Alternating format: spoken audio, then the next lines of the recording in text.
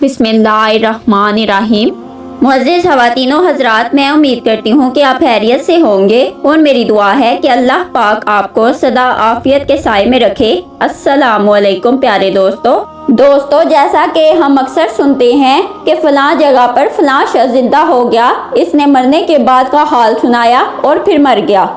दोस्तों, इसी किस्म का अज़ाबे कब्र से मुतल्लिक एक वाक़या गिलगित में पेश आया, जिसके बारे में बताते हैं कि एक शख्स कब्रिस्तान के पास से गुजर रहा था कि इसने किसी कब्र से ये आवाज़ सुनी कि मुझे निकालो, मैं जिंदा हूँ। जब एक दो मरतबा इसने आवाज़ सुनी तो उसने ये समझा कि ये मेरा वहम है, लेकिन जब मुसलसल इसने ये आवाज़ सुनी तो उसको यकीन होने लगा।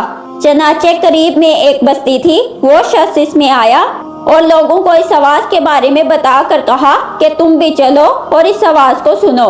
चनाचे कुछ लोग उसके साथ आए, उन्होंने भी यही आवाज़ सुनी और सबने यकीन कर लिया कि वाकई ये आवाज़ कब्र से आ रही है।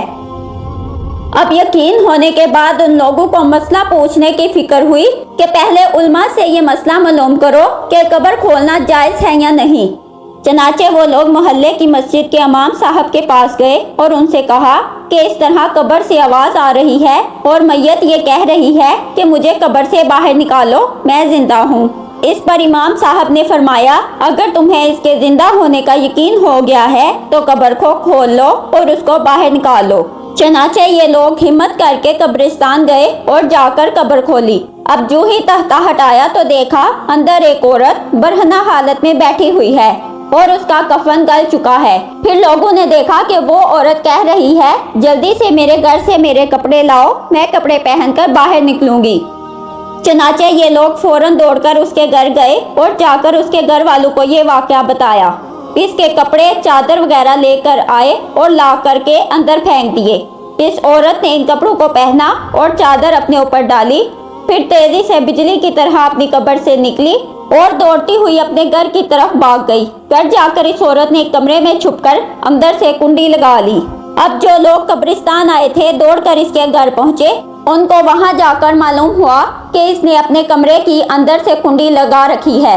उन लोगों ने दस्तक दी कि कुंडी खोलो। अंदर से इस औरत ने जवाब दिया, मैं कुंडी तो खोल दूंगी, लेकिन मेरे कमरे के अंदर वो शख्स दाखिल हो जिसके अंदर मुझे देखने की ताब हो, इसलिए कि इस वक्त मेरी हालत ऐसी है कि हर आदमी मुझे देखकर बर्दाश्त नहीं कर सकेगा। लिहाजा कोई दिल रखने वाला शख्स अंदर आए और आकर मेरी हालत देखे। अब सब लोग अंदर जाने से डर रहे थे, मगर दो चार आदमी जो मजबूत दिल वाले थे उन्होंने कहा कि तुम कुंडी खोलो, हम अंदर आएंगे। उसने कुंडी खोल दी और कुछ लोग अंदर चले गए। लोगों ने अंदर जाकर देखा वो औरत अपने आप को चादर में छुपाए बैठी हुई थी। जब ये लोग अंदर पहुंचे तो उस औरत ने सबसे पहले अपना सर खोला।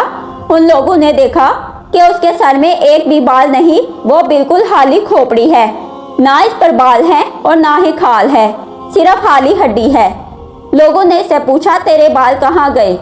इस औरत ने जवाब दिया कि जब मैं जिंदा थी तो नंगे सर घर से बाहर निकला करती थी, फिर मरने के बाद जब मैं कब्र में लाई गई तो फरिश्तों ने मेरा एक एक बाल नोचा और उस नोचने के नतीजे में बाल के साथ खाल भी निकल गई। अब मेरे सर पर ना बाल हैं और ना ही खाल है।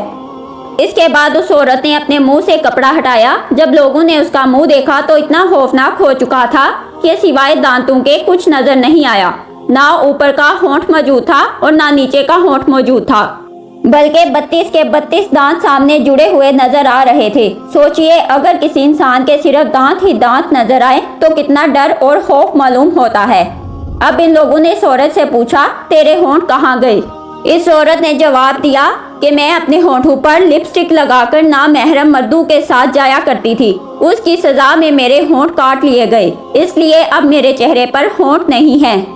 फिर इस औरत ने अपने हाथ और पैरों की उंगलियां खोली। लोगों ने देखा कि इसके हाथ और पैरों की उंगलियों में एक भी नाखून नहीं था, तमाम उंगलियों के नाखून गायब थे। इससे पूछा, तेरी उंगलियों के नाखून कहाँ गए? इस औरत ने जवाब दिया कि मैं नाखून पालिश लगाने की वजह से मेरा एक एक नाखून खींच लिया गया।